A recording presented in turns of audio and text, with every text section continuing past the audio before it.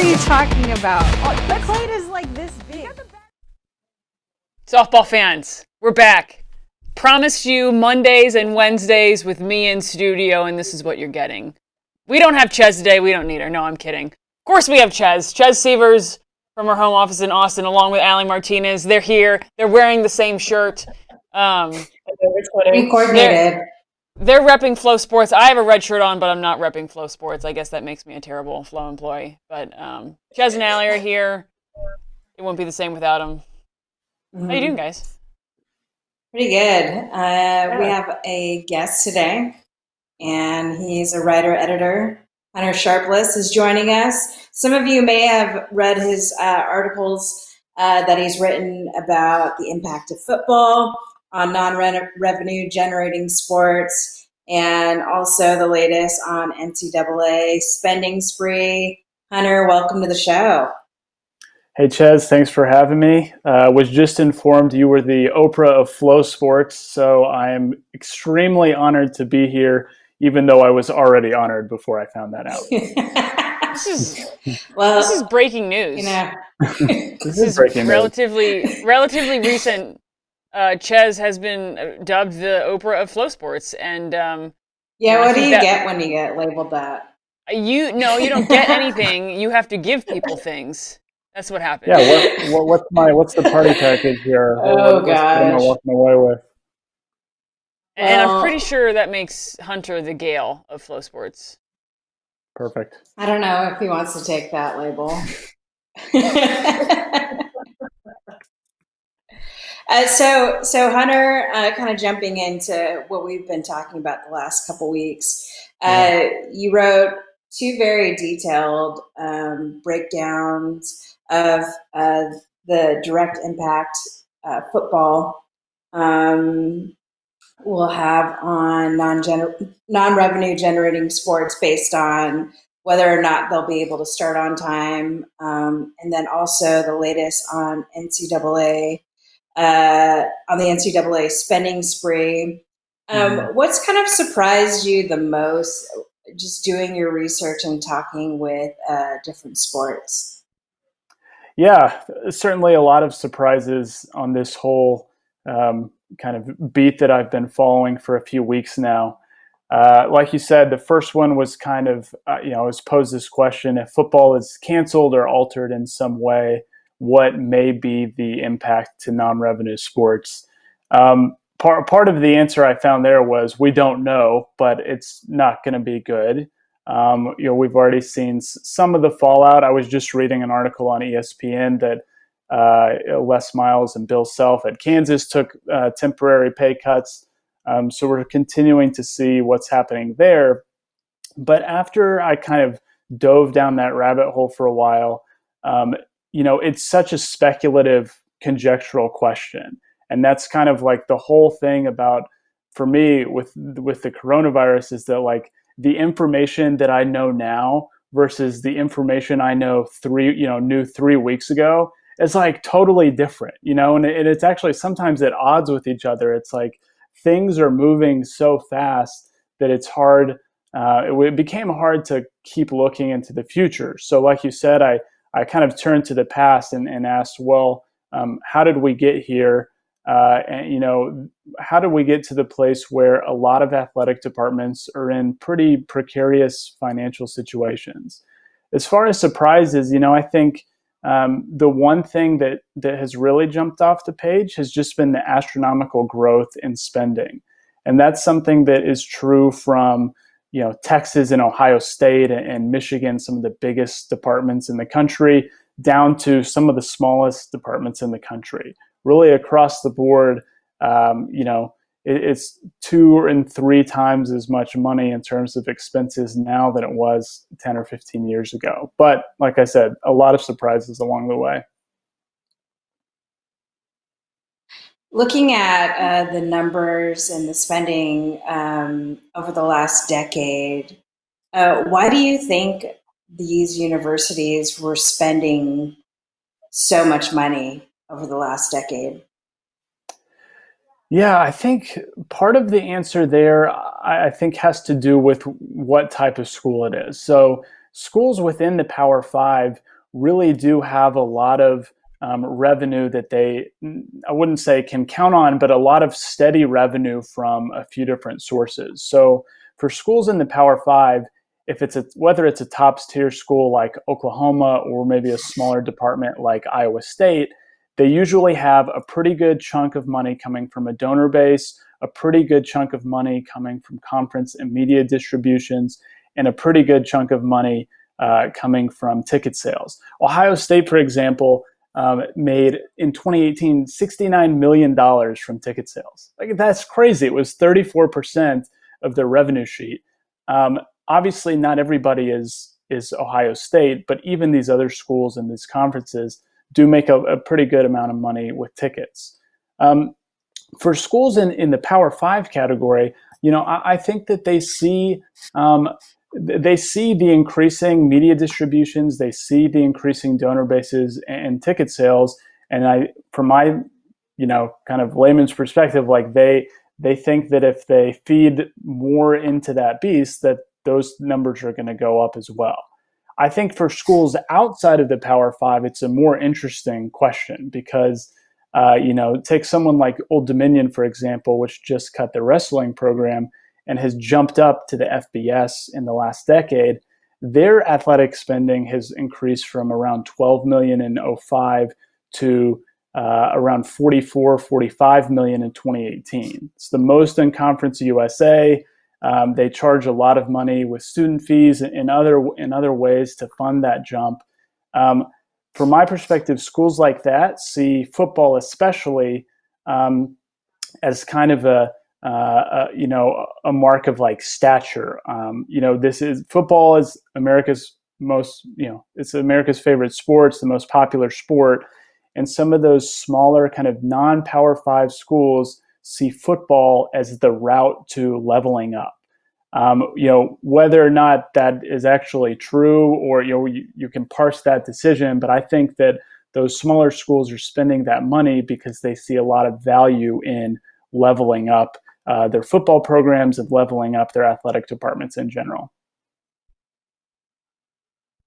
I'm curious how you, in all your research, Ches and Allie and I kind of discussed this last week, but, given all the research, the firsthand research you did on this, I'm wondering where you see cuts coming down the road for schools, and if you see these cuts happening differently for Power Five versus, smaller mid-majors or even D2, D3 schools. Do you see a difference there? Do you see a converging or a splitting off? Yeah, there are so many factors, the kind of first one of which that pops into my mind is Title IX implications. Any individual school, if they say, have an extra or two men's varsity sports that they can cut, and that's the situation that Old Dominion was in, I see those at this school as the schools that we could see cuts from. I've not combed through every single NCAA athletic department and looked at Title IX implications for every school because that would take like several years or something. But it's an important question, and I think that's the one those are kind of the criteria that I would look at. We've already seen some non-Power Five officials asked the NCAA to relax regulations for the next few years. The NCAA came back and said no.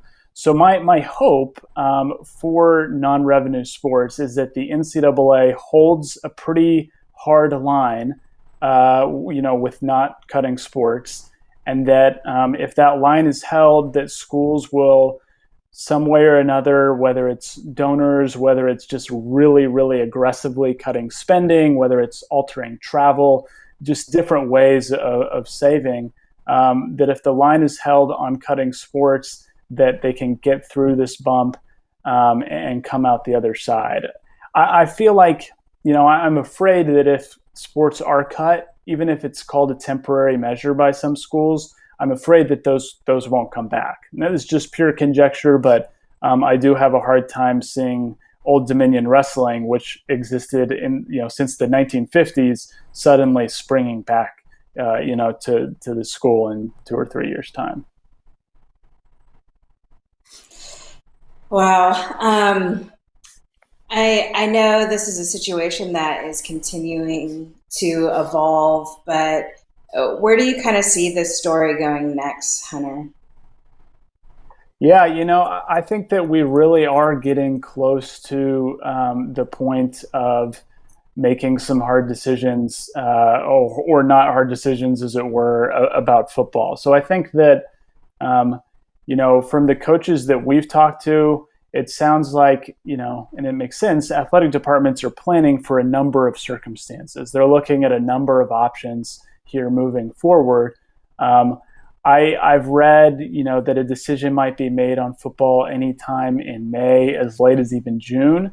But for me, that's kind of the next big domino to fall,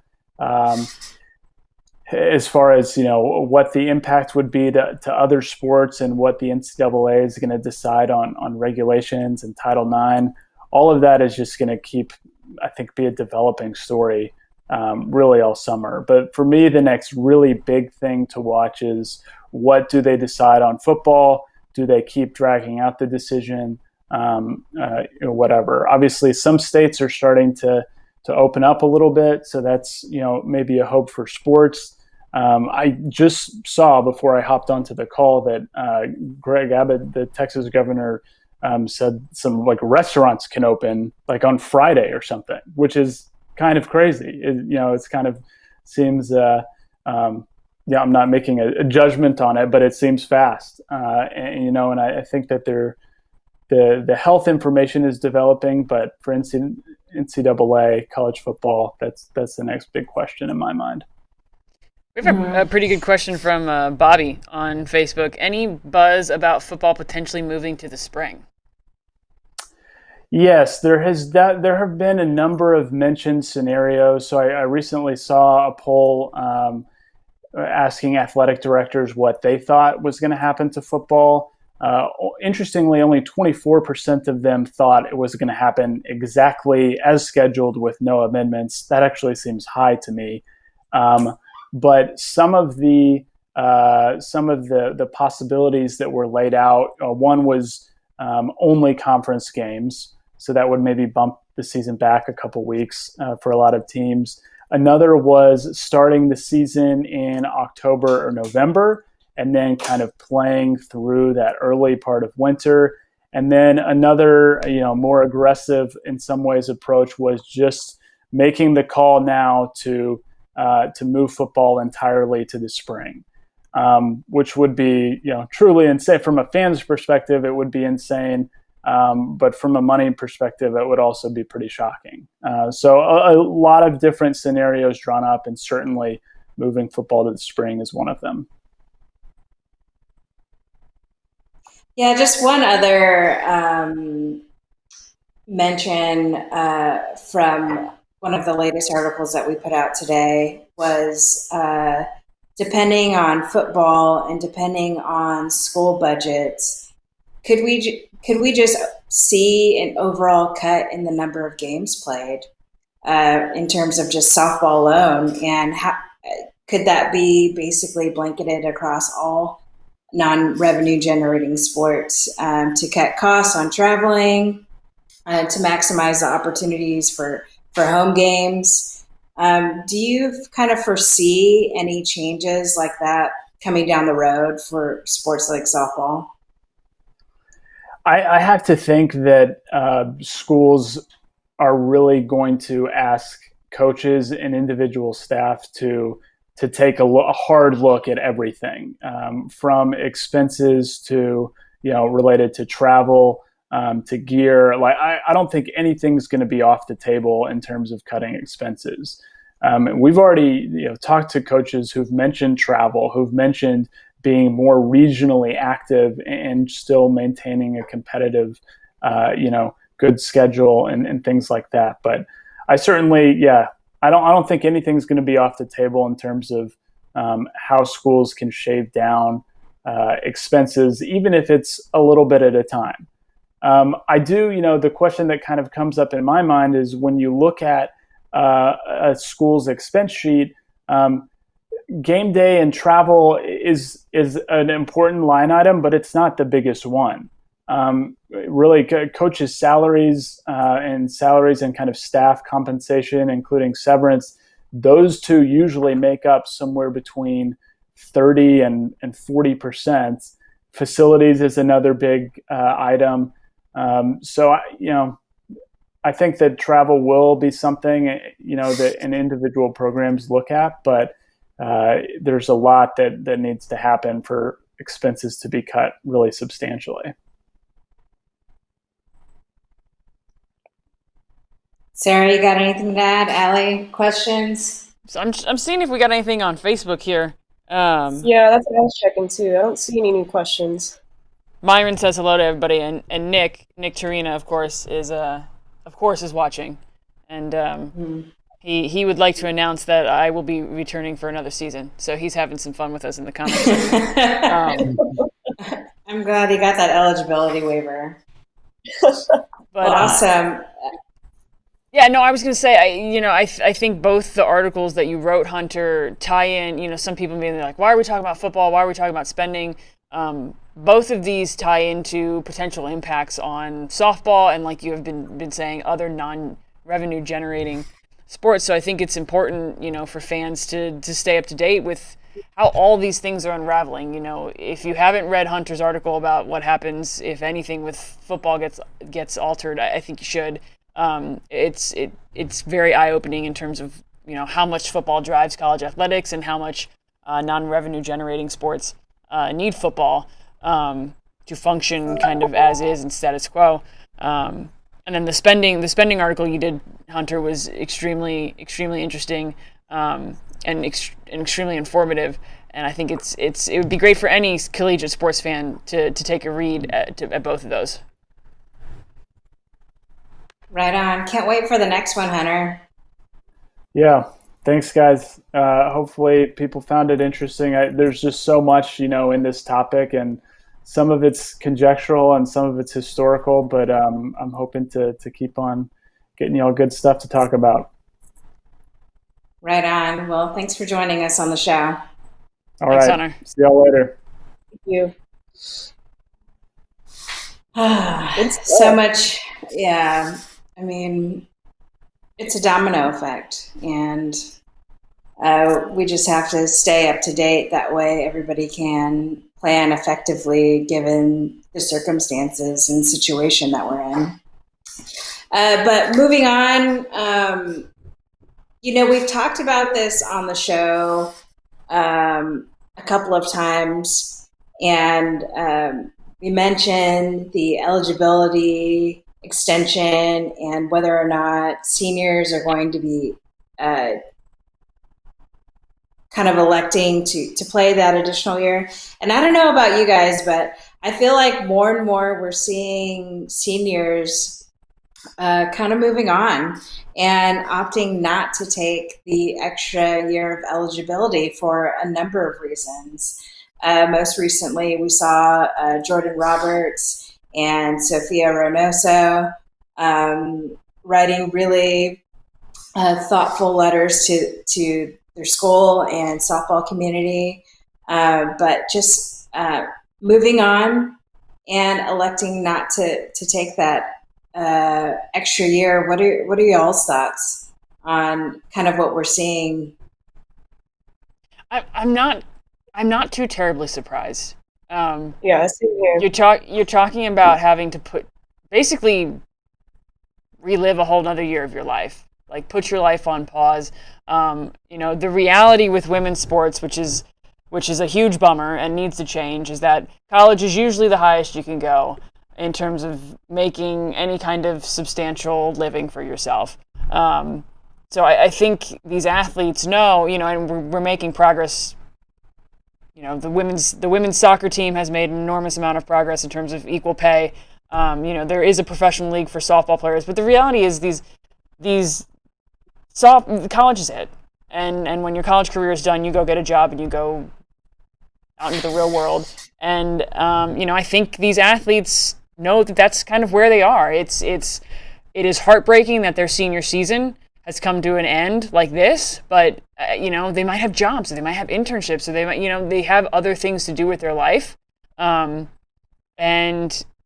for the vast majority of them, they're not going to go pro. So they have to move on with their life. It's not surprising. It's heartbreaking. Yeah. But I'm not surprised by it. Yeah, I was just talking with Robbie Wilson, who's been on the show from NSR, and he was saying that 70% of the kids that he works with are not coming back. And 70%? Yeah, it's hovering right around 70%. And we both agreed that we weren't totally shocked by those numbers, just because, look, there's only a select few that have the ability to play in the Women's College World Series, can make it far in regionals. And I feel like if you're not part of that group, not to say like, what's the point, but it's just, what's the point? Especially if you're on track to enter a grad program or you've got an internship waiting for you. There's like all these other factors and all these plans that were already made before this ever happened. So those are hard decisions and they're life decisions. But I can't say I'm entirely surprised. Allie, what were you going to say? Yeah, I was just going to play off of Sarah a little bit. I feel like they're kind of just looking at the next best thing for them, right? And you even mentioned this as well. There's so many factors that go into that decision. So yeah, I'm not surprised whatsoever. But yeah, I was just going to play off of that. They're looking for the next best thing for them. So, and that might just be finding another job, or they already have a job lined up. Yeah, I think the interesting thing will be is, are we going to see kind of roughly the same numbers every year from the 2021 season to 2020, when all of those players who are affected by the COVID season have that additional year of eligibility? Will we continue to see the numbers kind of stay where they're at or potentially drop off? And I, to be quite honest, I wouldn't be surprised if we saw a higher percentage in terms of seniors opting not to return. Like I said, like if we were to look at this scenario of players returning, I bet like starting up here, you have your World Series caliber teams, and a larger percentage of those seniors are coming back to play. And then when we work our way down, I just see that number trending down in terms of players being able to return. Because it's just, look, there's only 8 teams that make the World Series. And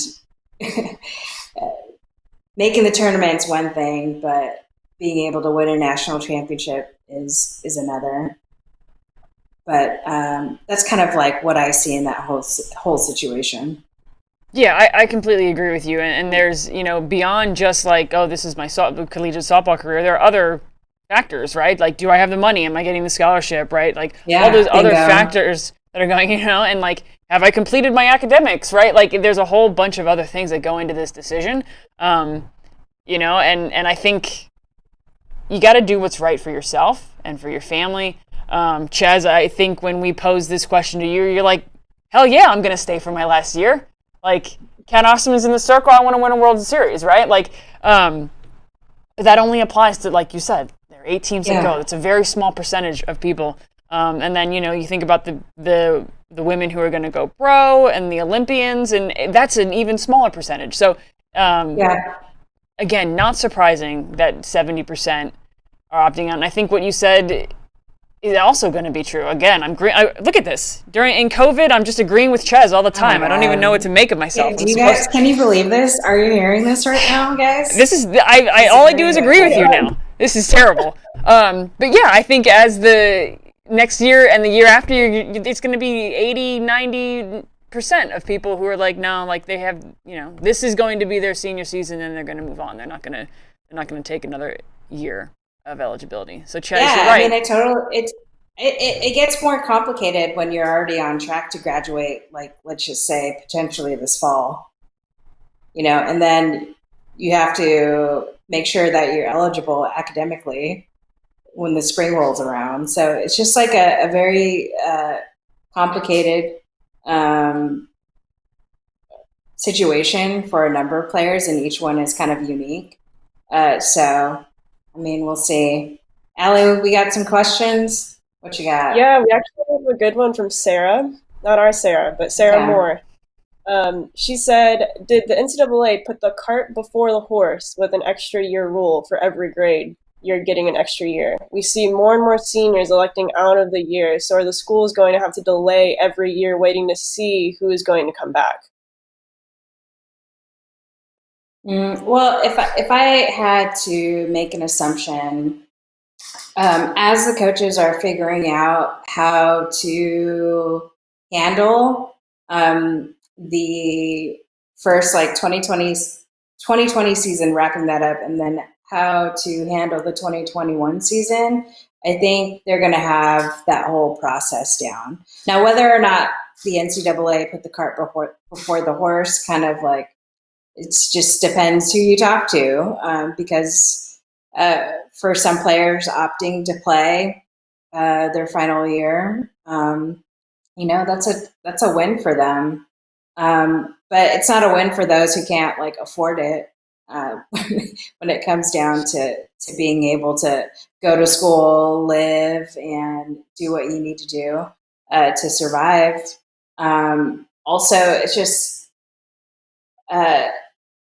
how it affects the recruiting classes. It just gets tricky.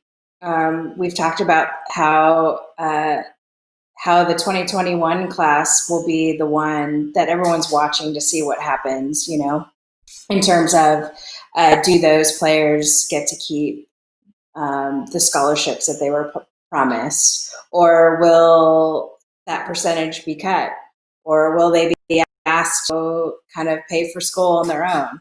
Like, there's a number of different scenarios that can play out for the 2021 class and like through the 2024 class.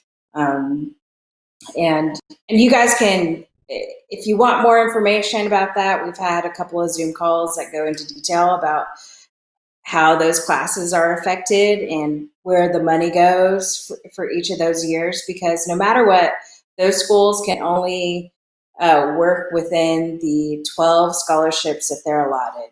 So you have to imagine, with a 22 player roster, like, they're going to have to like work some magic there in terms of keeping everybody happy as each year kind of rolls on. You know what? I think it's a fair question, but I don't think they put the cart before the horse. If you look at how much of the season, we didn't even get to conference play. Like, to cut that season off and then not give people the opportunity to have that season back and that year of eligibility back. You didn't get through over half the season, right? It was a hard decision to make for winter sports, but they did. They were like, this counts, even though there weren't NCAA championships, it was crazy, but they're like, no, this counts as a year because it was over 50%. I don't think this is putting the cart before the horse. I think it's either way, the decision was going to be difficult and it was going to cause complications. But I don't think they put the cart before the horse. I think they made the right decision for spring sports and for winter sports for that matter. But I don't think it was. And honestly, I'm like a different perspective. I can't say that I blame Wisconsin or the Ivy League for opting not to use the waiver.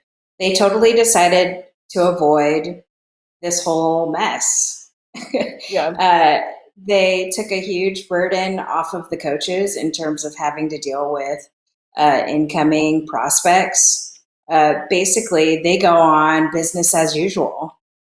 So, I mean, I don't blame them for choosing that option, because it definitely complicates a coach's day-to-day when they're trying to kind of they're forced to shrink up their budget with a larger roster and deal with like incoming recruits and a potential 5th or 6th year senior. So it just it gets kind of messy. But like I said, I think after this season and the 2021 season, we'll be able to have like a better idea of how this is all going to go down. in terms of like those incoming classes. So those are my thoughts. But like we kind of went over in time, can't say we're surprised. But great discussion, you guys. I do have to say that I would be remiss if I did not mention that my mom is watching right now. So hi, Mom. Hi. Hey, Mom. After every show, she's like, "Hey, can you share? Here's the deal on your Facebook."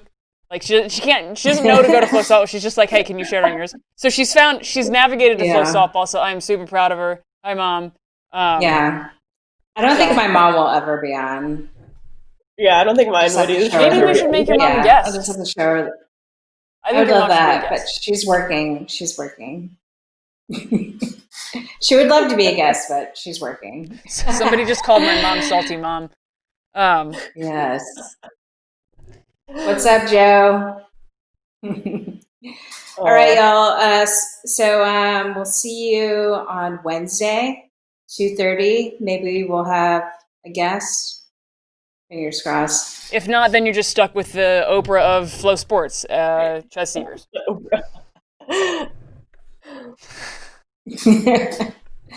See you guys. All right, everybody. Bye.